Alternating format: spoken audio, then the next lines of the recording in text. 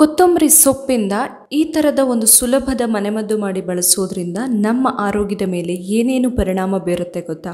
ಈ ಮಾಹಿತಿನ ತಿಳ್ಕೊಬೇಕಂತ ಹೇಳಿದ್ರೆ ಈ ವಿಡಿಯೋನ ಮಿಸ್ ಮಾಡದೆ ಕೊನೆ ತನಕ ನೋಡಿ. ಹಾಗೆ ನೀವು ಫಸ್ಟ್ ಟೈಮ್ ನನ್ನ ಚಾನೆಲ್ನ ನೋಡ್ತಾ ಇದ್ರೆ ಚಾನೆಲ್ನ ಸಬ್ಸ್ಕ್ರೈಬ್ ಮಾಡಿ, ಹಾಗೆ ಈ ವಿಡಿಯೋನ ಲೈಕ್ ಮಾಡಿ, ಹಾಗೆ ಶೇರ್ ಮಾಡಿ.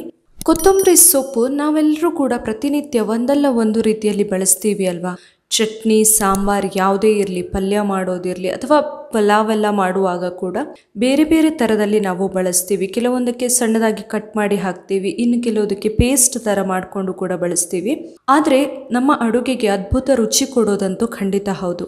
ಬರೀ ಅಡುಗೆಗೆ ಅದ್ಭುತ ರುಚಿ ಹಾಗೆ ಪರಿಮಳ ಕೊಡೋದಷ್ಟೇ ಅಲ್ಲದೆ ನಮ್ಮ ಆರೋಗ್ಯಕ್ಕೆ ಕೂಡ ಅಷ್ಟೇ ಒಳ್ಳೆಯದು ಅಂತಲೇ ಹೇಳ್ಬೋದು ಈ ಕೊತ್ತಂಬರಿ ಸೊಪ್ಪು. ಇದರಲ್ಲಿ ನಮಗೆ ಅನೇಕ ರೀತಿಯ ಪೋಷಕಾಂಶಗಳೆಲ್ಲ ಸಿಗ್ತವೆ. ಇವತ್ತು ನಾನು ಕೊತ್ತಂಬರಿ ಸೊಪ್ಪಿಂದ ಮಾಡುವಂತಹ ಒಂದು ಸುಲಭದ ಮನೆಮದ್ದನ್ನು ಹೇಳ್ತಾ ಇದ್ದೀನಿ. ಇದನ್ನ ಕೊತ್ತಂಬರಿ ಸೊಪ್ಪಿನ ಕಷಾಯ ಅಂತ ಹೇಳಬಹುದು, ಕೊತ್ತಂಬರಿ ಸೊಪ್ಪಿನ ಟೀ ಅಂತನಾದ್ರೂ ಹೇಳಬಹುದು, ಇಲ್ಲ ಆದರೆ ಕೊತ್ತಂಬರಿ ಸೊಪ್ಪಿನ ನೀರು ಅಂತ ಕೂಡ ಕರಿಬಹುದು. ಫಸ್ಟಿಗೆ ಇದನ್ನು ಯಾವ ರೀತಿ ಮಾಡೋದು ಅಂತ ನೋಡೋಣ. ನಾನಿಲ್ಲಿ ಒಂದು ಅರ್ಧ ಹಿಡಿ ಆಗುವಷ್ಟು, ಒಂದು 4-5 ಚಿಕ್ಕ ಚಿಕ್ಕ ಗಿಡ ಆಗುವಷ್ಟು ತೊಗೊಂಡಿದ್ದೀನಿ ಕೊತ್ತಂಬರಿ ಸೊಪ್ಪು.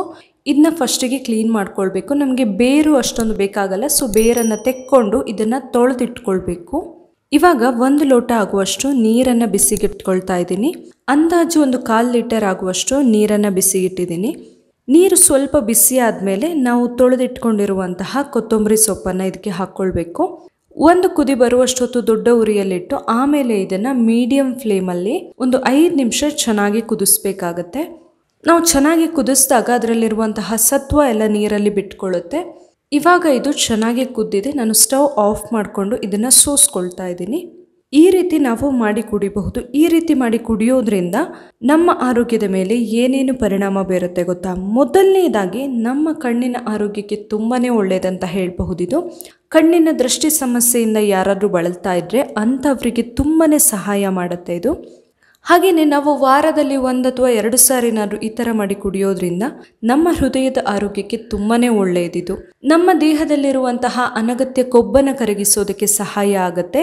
ದೇಹದಲ್ಲಿರುವಂತಹ ಕೆಟ್ಟ ಕೊಲೆಸ್ಟ್ರಾಲ್ ಕೂಡ ಕಡಿಮೆ ಆಗೋದ್ರಿಂದ ಹೃದಯ ಆರೋಗ್ಯವಂತವಾಗಿ ಇರಬಹುದು. ಇನ್ನು ಯಾರು ಅನಿಮಿಕ್ ಇರ್ತಾರೆ, ರಕ್ತಹೀನತೆ ಸಮಸ್ಯೆಯಿಂದ ಬಳಲ್ತಾ ಇರ್ತಾರೆ, ಅಂಥವರಿಗೆ ಕೂಡ ತುಂಬಾನೇ ಒಳ್ಳೆಯದು ಈ ಕೊತ್ತಂಬರಿ ಸೊಪ್ಪಿನ ನೀರು. ವಾರದಲ್ಲಿ 1-2 ದಿನ ಕುಡಿದ್ರೂ ಕೂಡ ಸಾಕಾಗುತ್ತೆ. ದೇಹದಲ್ಲಿ ರಕ್ತದ ಕೊರತೆ ಆಗೋದಿಲ್ಲ. ಇನ್ನು ನಮ್ಮ ಚರ್ಮದಲ್ಲಿ ಸುಕ್ಕು ನೆರಿಗೆ ಎಲ್ಲ ಆಗ್ತಾ ಇದ್ರೆ, ಹಾಗೆಯೇ ತುಂಬಾ ಬೇಗನೆ ವಯಸ್ಸಾದವರ ರೀತಿ ಕಾಣಿಸ್ತಾ ಇದ್ರೆ, ಆವಾಗ ಕೂಡ ನಮ್ಮ ಚರ್ಮದ ಆರೋಗ್ಯವನ್ನ ಕಾಪಾಡಿಕೊಳ್ಳೋದಕ್ಕೆ ನಾವಿದನ್ನ ಮಾಡಿ ಕುಡಿಬಹುದು. ಇನ್ನು ಇದರಿಂದ ನಮ್ಮ ದೇಹವನ್ನು ಡಿಟಾಕ್ಸ್ ಮಾಡೋದಕ್ಕೆ ಕೂಡ ಸಹಾಯ ಆಗುತ್ತೆ. ದೇಹದಲ್ಲಿ ಕಲ್ಮಶಗಳಿದ್ರೆ, ವಿಷಕಾರಿ ಅಂಶಗಳಿದ್ರೆ ಅವುಗಳನ್ನು ಹೊರಗೆ ಹಾಕೋದಕ್ಕೆ ಸಹಾಯ ಆಗುತ್ತೆ. ಇದರಿಂದಾಗಿ ದೇಹ ಶುದ್ಧಿ ಆಗೋದಲ್ಲದೆ ನಮ್ಮ ಚರ್ಮದಲ್ಲಿ ಏನಾದರೂ ಪದೇ ಪದೇ ಮೊಡವೆ ಎಲ್ಲ ಆಗ್ತಿದ್ರೆ ಅವುಗಳನ್ನು ದೂರ ಇಡೋದಕ್ಕೆ ಕೂಡ ಸಹಾಯ ಆಗುತ್ತೆ. ಹಾಗೆಯೇ ನಮ್ಮ ಜೀರ್ಣಶಕ್ತಿಯನ್ನು ಹೆಚ್ಚಿಸಿಕೊಳ್ಳೋದಕ್ಕೂ ಕೂಡ ತುಂಬಾನೇ ಒಳ್ಳೆಯದಿದು. ತಿನ್ನಂತಹ ಆಹಾರ ಸರಾಗವಾಗಿ ಜೀರ್ಣ ಆಗೋದಕ್ಕೆ ಇದು ಸಹಾಯ ಆಗುತ್ತೆ. ಇನ್ನೊಂದು ತುಂಬಾನೇ ಮುಖ್ಯವಾದ ಬೆನಿಫಿಟ್ ಹೇಳಬೇಕಾಗಿರೋದು ಅಂತ ಹೇಳಿದ್ರೆ ನಮ್ಮ ಕಿಡ್ನಿಯ ಆರೋಗ್ಯಕ್ಕೆ ತುಂಬಾನೇ ಒಳ್ಳೆಯದು. ಏನಾದರೂ ಯೂರಿನ್ ಇನ್ಫೆಕ್ಷನ್ ಎಲ್ಲ ಪದೇ ಪದೇ ಆಗ್ತಾ ಇದ್ರೆ, ತುಂಬಾ ಜನ ಲೇಡೀಸ್ಗಂತೂ ಯಾವಾಗಲೂ ಕೂಡ ಯೂರಿನ್ ಇನ್ಫೆಕ್ಷನ್ ಸಮಸ್ಯೆ ಕಾಡ್ತಾ ಇರುತ್ತೆ ಅಲ್ವಾ?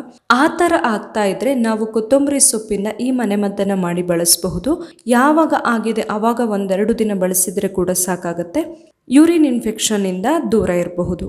ನೋಡಿದ್ರಲ್ಲ ಕೊತ್ತಂಬರಿ ಸೊಪ್ಪಿನ ನೀರು ಯಾವ ರೀತಿ ಮಾಡೋದು, ಯಾವ ಆರೋಗ್ಯ ಸಮಸ್ಯೆಗಳನ್ನು ದೂರ ಇಡೋದಕ್ಕೆ ಇದು ಸಹಾಯ ಮಾಡುತ್ತೆ ಅಂತ ಹೇಳಿ.